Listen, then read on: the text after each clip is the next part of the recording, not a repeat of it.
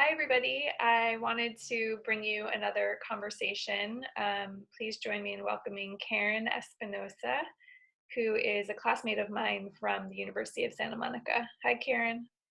Hi, Julie. How are you? Good. Thank you so much for doing this with me. And I'm just so grateful to talk with you and share about your experience of where you live right now, and just really grateful for the opportunity. Oh, I'm grateful too, and I appreciate you inviting me to this session as well. Thank you. So, do you want to just start by telling me a little bit about yourself and background and what you do? Okay, I'm 50 years old. I'm a single mother of 14, of a daughter of 14 years old.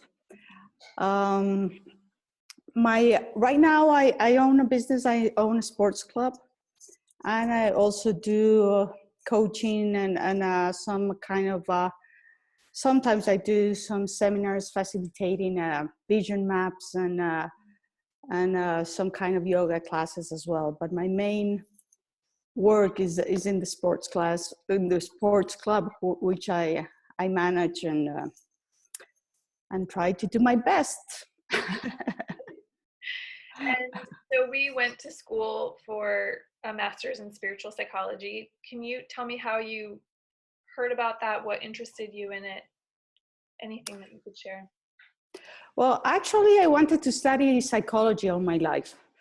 I studied business first because my family is all around business. So when I was very young, I had to follow the family lineage, so to speak. But always psychology was there. And I always had this inclination to everything related to spirituality. When I was younger, I related spirituality to religion. Nowadays, I'm aware it's separate. Spirituality goes much deeper and profound, although religion works for many people as well. And so at one point I ended up with a catalog of USM on my desk. I used to work on a factory. I used to manage all the finances of a big industrial factory. And I used to have the USM catalog on my desk for almost 2 years. I kept, I said, no, I want to go there. I want to go there. Until Insight seminars came into town. So I took one Insight seminar. And I found out that the USM and Insight on that time, well, Insight was founded by the same founder of USM. So after Insight, the Insight 1, I took the Insight 2, Insight 3, Insight 4. I really got really involved in Insight. Yeah. And after Insight 4, I said, now it's time I want to go to USM. So I just, by then I already knew about intention. I already knew, how to follow my heart. When things are meant for you, things will happen as long as I'm aligned to that. So I just applied to USM and I travel every month for the classes at USM for the first year. Then the second year I got pregnant, and my USM project became my daughter, my pregnancy. So that's how I got into USM. And then, well, we met at the coaching program at USM, and all this peace work we're doing all over the world, which is amazing. And I think the world needs it quite a lot at this time. Yeah, I think the thing that excites me so much is that these conversations can, with technology, happen between countries, people in different countries. And so I'm just excited to hear about your experience and get to know about how you see peace playing out in your country potentially, and also in other countries. So can you tell me where you live and, a little bit about the history and what it's like today?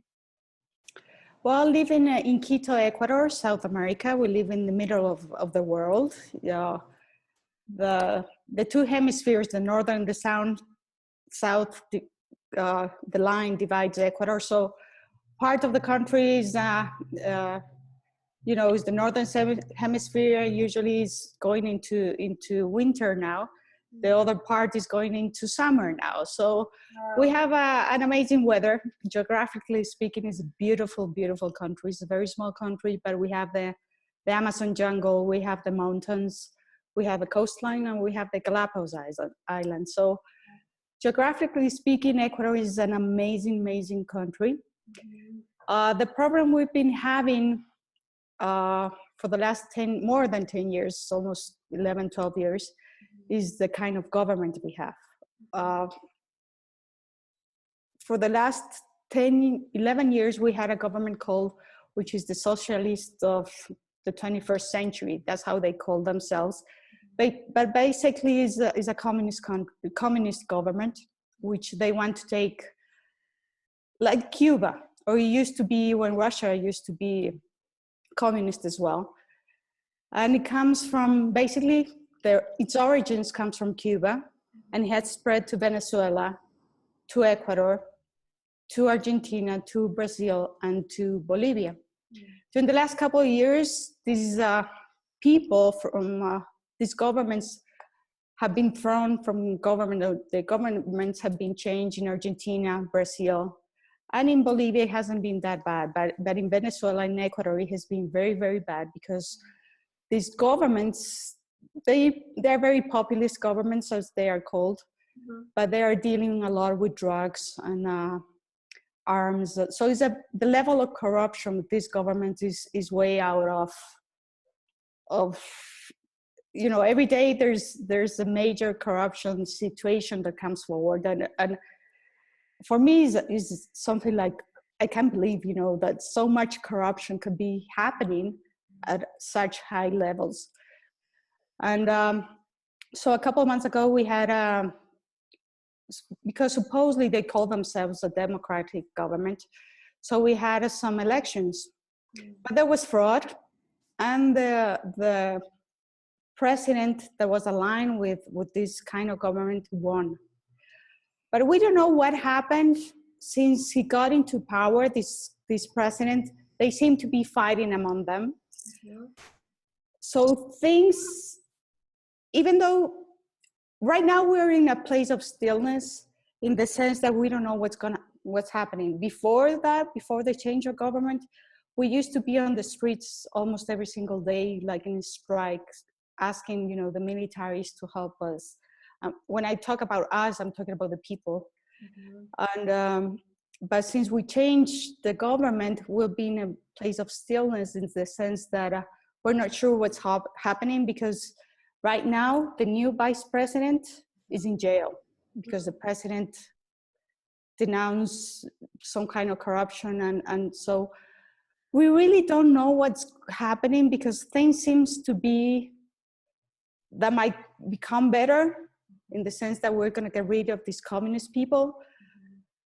But at the same time, we're in a place of stillness, because he says one thing, but things are not, the action is not completely aligned with whatever he says, but things seems to be changing. So right now we're in a place of stillness, so to speak, as a country and as the people. And so what are some of the challenges you face with that type of government in place, like in your day-to-day experience? Well, these communist countries, these communist governments, basically like dictatorship. So you don't see anywhere in the world that there's a communist country or dictatorship that, people voluntarily go into that line of government. It's these governments are imposed. There's against freedom, against the freedom of people. So they try to impose whatever they think, whatever they want. But as the people who have experienced freedom, we know what the difference is. So our challenges in an everyday, like in my business, is like, if I start before, when I was on the streets every single day, or we were say something against the government through the internet, the next day we will have people of the government in our business. They will start looking, for you, trying to put you into jail, or things like that. Nowadays, things seems to be a little bit more calm, but because we were bullied for over 10 years from the other government, we are all still stressed. We are nervous. We, if somebody horns too much, we just jump and explode, so to speak. But So where does peace come with all of this? Well, as you know, during class, I did a lot of work with meditation. I did a lot of work of using my creative imagination and imagining peace coming into the country, falling into the country. I imagine, actually in my meditations, I would imagine balls of light, and I would throw these balls of light with my vision. I would throw them into the government, you know, where the, like the White House you guys have. We have like a White House here as well. It's not called White House, but it's the same idea. So I would envision these balls falling into this White House. I would envision these balls falling into the Congress building as well. So, and things began to happen. You know, it's not that I'm doing the work. I choose to think that all this peace is happening because there's somebody who's, instead of, I changed my attitude, that instead of going out into the streets, instead of, yes, I was screaming, but instead of screaming with anger, I will start just walking on the streets, but thinking about peace. And silently, I was singing a mantra, the one I use, the NIHU, and I will use you know, as I said, I will use my creative imagination and envisioning all these white balls falling into the government, all the government institutions, and into the Amazon, into the Galapagos, into wherever I go. And for some reason, that has brought me a lot of peace. Because before I was so unsettled, I could feel this anxiety inside myself, because I would go outside on the street with everybody else, but we were all tense, we were all angry, we were all frustrated. Now I could go by myself, and there were times that I was able to be with the president, the one that's president now, be one-to-one. I touched his hands and I said, light and blessings to you. You know, what are the odds of that happening? You know, so things like that has been going on. And I just keep imagining my balls of peace falling all over the country, especially in the government institutions, and that has helped me as well. I also see myself with this ball of peace falling through me as well. Yeah, I was gonna say, my curiosity was like, how do you stay centered and at peace inside yourself during a time like this? Well, I meditate a lot.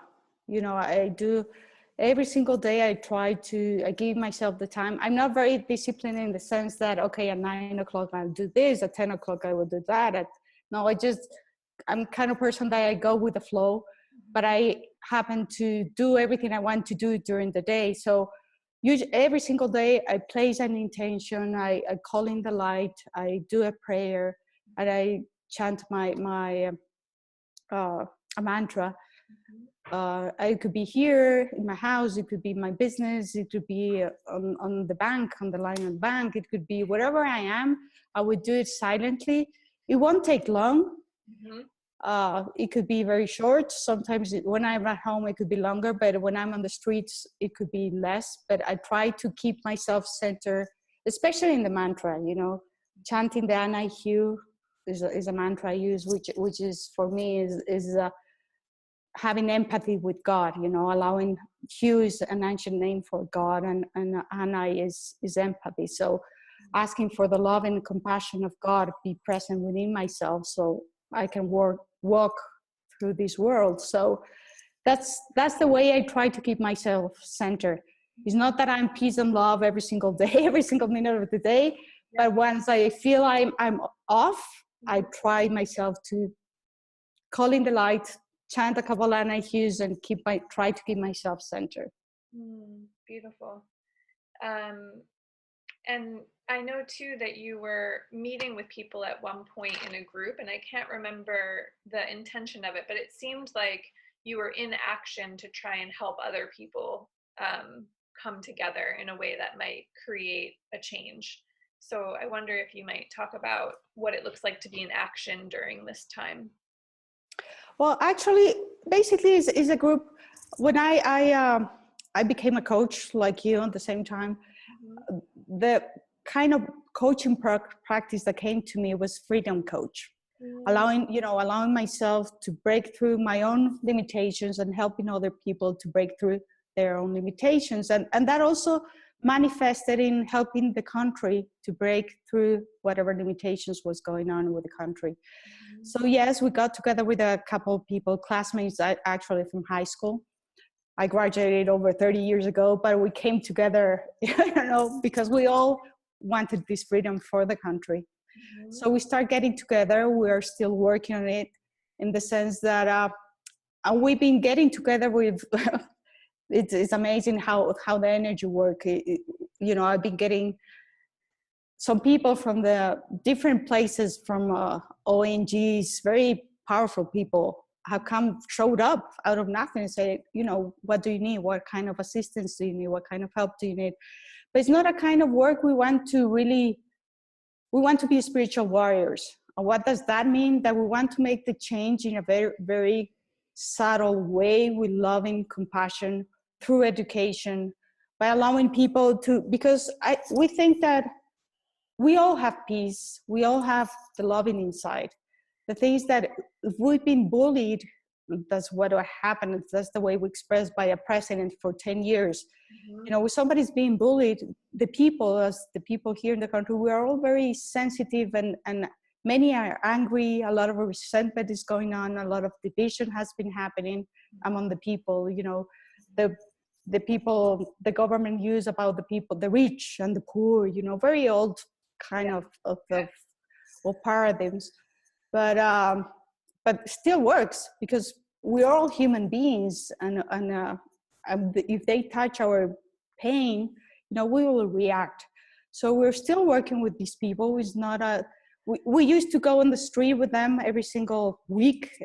Now we're more into the paperwork, so to speak, trying to put all the legal formalities, because we want to be legally formal, in a way that we want to go out and start giving seminars about freedom, but freedom and democracy, basically, because a lot of people have lost have no idea what democracy really means, have no idea what the responsibility of having freedom and the gift of being free.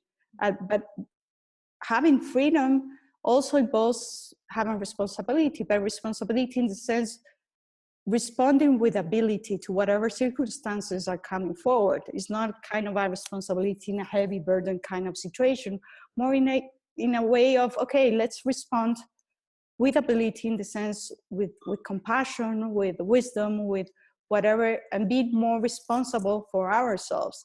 Stop playing the victim, the blaming kind of roles, especially in Latin countries. We have this, because we still have a lot of third world situations. We have these, we blame a lot of people, and we try to play the victim role. So, well, through USM and everything I've learned not to fall into that, but the culture itself, we have a lot of that, the victim role. So we want to teach that, how to be more responsible with ourselves, using our freedom to choose, by being responsible in the process, and be compassionate and respectful to our lives and to other people's lives. So right now we're still working together, but right now we're doing the legalities of it, because we really want to be within the legal format, so we won't get into trouble.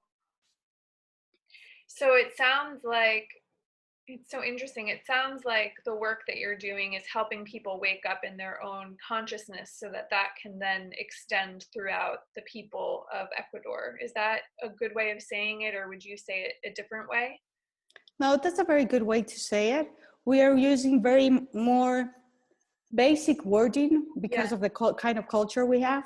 Yeah. But yeah, that's the intention. The intention behind this is to have freedom and being able for people to be more responsible with its own freedom, and be responsible for whatever they choose in life. It could be the president, or it could be a partner, it could be whatever, but in a very more basic way, because of the level of consciousness of every country is completely different.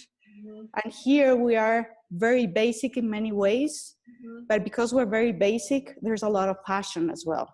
because my experience is like a little kid. You know, kids are full of love and energy. So our country, the energy of our country is the same. Is a young country. There's a lot of energy, a lot of passion. But like if a little kid, they're not well guided, they could be lost in the way. And that's what happened to our country. It was not well guided, and it got lost in the way. So it's not we're going to be heroes in the process. There's a lot of people who wants to do it and are doing exactly the same things we're doing. But each of us are doing whatever we want to do from our own space. So, but basically we all want to get rid of this corrupted government. We want to clean all this corruption that's going on and allow people to be more in touch with their own loving inside, with the good values we have as human beings as well. Yeah, that's so beautiful. I can really picture, honestly, people kind of waking up to that being possible and then being unified in that instead of divided. I think Yes. that would be the case too for what I experience here in America, is that it can be easy to get divided in ideas, but if we were to really look at what we want as people, then we would see that there's a lot more unity than maybe it looks like right now, you know? Yes. So is there any support that you could think of that would be of service to you from the meditation group? Like, and I don't know if anything comes to mind, but just check in and see, is there anything that would feel supportive to you? Well, listening to it is supportive because it helps me remind, you know, let's focus on peace. Let's focus on peace, and let's send all the light, all these balls of light to all these places around the world. Because when you mention every country in the meditation, I just envision, you know, a ball going here, a ball going there, and flowing, which, and probably everybody's doing the same thing. I read, I think it was yesterday or a couple of days ago, somebody mentioning, let's do one day, you know, something in each language, another day. They were making suggestions to be more interactive in the, which I thought it was amazing, because it helped us, at least it helps me, you know, yes, let's get in touch with peace, because it's so easy to just get involved into everyday life and just not to center into our intention of bringing peace into our lives and into the world. So yes, as somebody suggested, you know, every day putting a theme or putting Yeah, a that was quote mine. or She'll be so happy you liked it. yeah, I thought it was great. I won't do it every single day, but would do it, you know, but there would be movement for us to have more attention. Okay, we're here for peace. Let's work on peace. Let's flow ourselves in the world with peace. So yeah, I thought that was a great idea, and I could follow that. Yeah. She'll be so happy. I'm so happy to hear that it resonated for you. Yeah. So is there anything else you could think to share before we sign off? Thank you, Julie, because you've been an amazing anchor of light and peace for this process. You know, it's having all these people from all over the world coming into your Facebook project and being able to be in touch with peace and being able to throw this peace, envision all this peace all over the world is amazing. And I really want to express you my gratitude, because I can sense a lot of peace, deep, profound peace within you. That's how you hold this project, this peace project. And I think it's beautiful and amazing. So thank you very much for that. Yeah, and thank you, honestly. You know, conversations that we had in class really helped infuse the courage and the inspiration to bring more of this forward. And so by you sharing your voice, that to me is what creates the community itself. So I want to thank you for being willing to talk with me today, and for all of the encouragement and support you've provided along the way. I'm very, very grateful. Thank you, and lots of blessings, light and peace to everybody out there in the world. So thank you. Thank you, everyone.